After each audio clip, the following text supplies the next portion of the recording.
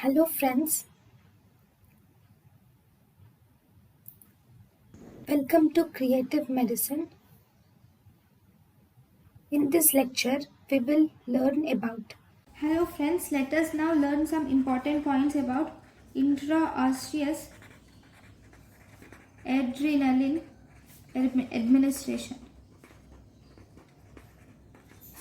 Intraosseous adrenaline administration include first we have proximal tibia insertion, that is it is located at around 2 centimeters below the tibial tuberosity, 2 centimeters below the tibial tuberosity, and 1 to 2 centimeters medial in middle of flat surface of bone. Then we have distal.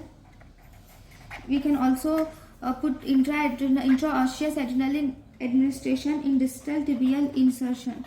Distal tibial insertion is located 2 centimeters superior. It is located 2 centimeters superior to medial malleolus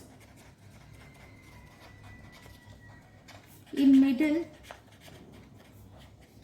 flat surface of bone. Then if you see proximal humeral insertion, we can also give intraosseous insertion in proximal humerus insertion, which is located in the greater tuberosity.